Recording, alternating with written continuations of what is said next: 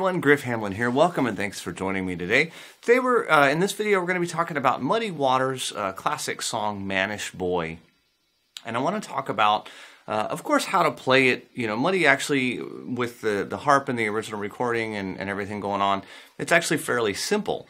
But there are a lot of subtle variations that you'll hear, like if you go out to a jam session or you play it with some friends. A lot of times that song gets changed quite a bit, lots of little subtle variations. So let's go over the original and then we'll talk a little bit about some of the ideas that you can do. Now, at least as best as I can tell, the original is in A. So starting from the open A, it would go to D at the 5th fret of the 5th string, back to the open A, then to C at the 3rd fret of the 5th string. And that's the whole riff. And of course it continues for the entire song. However, there's some things you can do. For example, you can turn the A into a power chord by grabbing the E at the 2nd fret of the 4th string. And you can hear that it gives a little more oomph. You can use different fingers. I could use my pinky or my 3rd finger. It really doesn't matter. If you use your 3rd finger here and your 1st finger on the C, it makes it a little tricky to get back to the E, but it's certainly doable. But if you use your middle finger here, then it's easy to get back to the A. You could also play power chords on all of them. I don't really like that sound, so now I'm playing a D power chord, right, which is the D and the A here at the 7th fret, and you can even add in the D at the 7th fret of the 3rd string, and you can do the same thing on the C.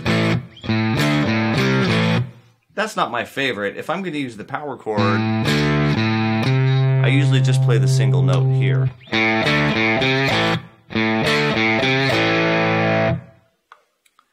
Now, another thing I should probably note is that I do have a little bit of overdrive on my tone, as you can probably tell.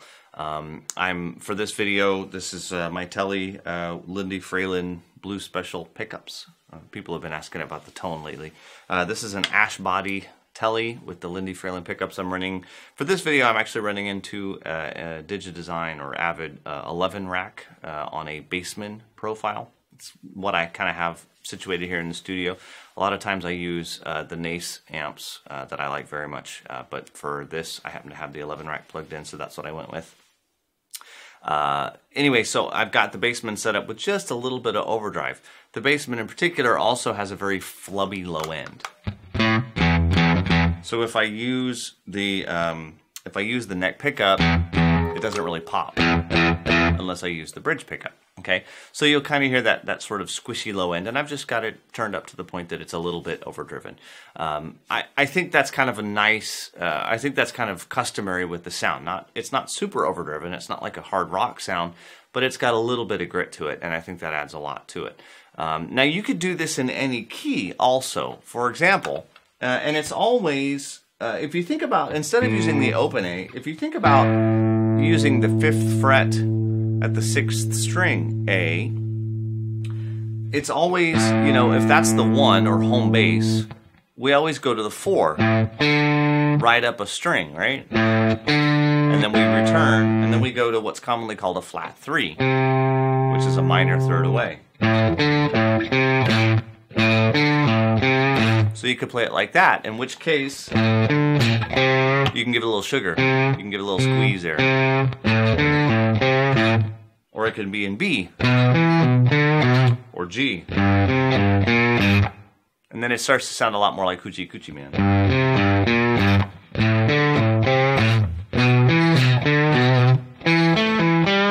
Or low E.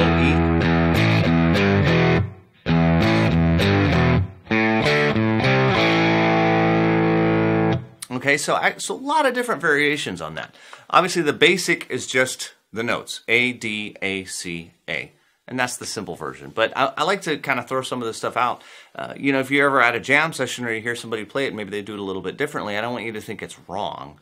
There's really not a wrong way to play that song as long as you're getting the fundamental A, D, A, C, A in there. Or if it was in B, for example, it'd be B, E, B, D. So just everything goes up a whole step. But I don't want you to think that there's like a right or a wrong here. There's a lot of variations and a lot of common variations. So hopefully I've given you something to think about. This is a really, really common riff. Even if you don't play it exactly like that, some variation of that idea shows up in a lot of other common riffs.